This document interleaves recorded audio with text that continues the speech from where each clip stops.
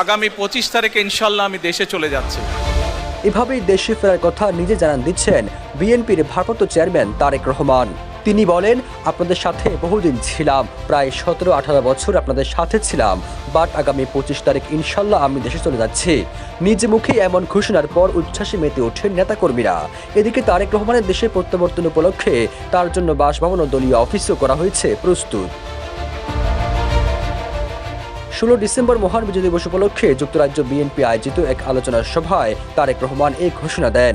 এ সময় তিনি আরো বলেন, আমাকে বিদায় দিতে দয়া করে কেউ সেদিন এয়ারপোর্টে যাবেন না, কারণ এয়ারপোর্টে গেলে সেখানে হট্টগোল হবে এবং মানুষ জানবে তারা সবাই বাংলাদেশি। এতে দেশ এবং দলের সুনাম নষ্ট হবে। এ বিষয়ে তিনি আরো কঠোর হয়ে বলেন, আমার নিষেধ করার সত্ত্বেও যারা এয়ারপোর্টে যাবেন আমি ধরে নিতে বাধ্য হব তারা ব্যক্তিগত স্বার্থেই সেখানে গিয়েছেন। দয়া করে কেউ আপনারা এয়ারপোর্টে সেদিন যাবেন না। এয়ারপোর্টে গেলে একটি হট্টগোল তৈরি হবে, দেশের সুনাম নষ্ট হবে। আমার মানা করা সত্ত্বেও, আমার অনুরোধ করার পরেও যারা যাবেন আমি ধরে নিতে বাধ্য হব যারা ব্যক্তিগত স্বার্থের জন্য সেখানে গিয়েছেন।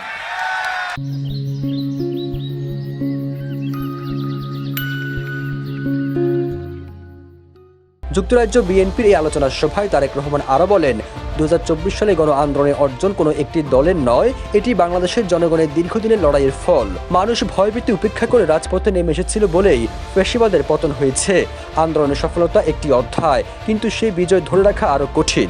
এদিকে তারেক রহমানের দেশে প্রত্যাবর্তন উপলক্ষে তার জন্য বাসভবন ও দলীয় অফিস করা হয়েছে প্রস্তুত। গুলশান এভিনিউ 196 নম্বর বাসায় উঠবেন তারেক রহমান। এই বাসার পাশে ভাড়া করা বাসায় ফিরোজা থাকেন বিএনপি চেয়ারপারসন বেগম খালেদা জিয়া। একই সঙ্গে গুলশান চেয়ারপারসনের কার্যালয় তারেক রহমানের জন্য আলাদা চেম্বার করা হয়েছে।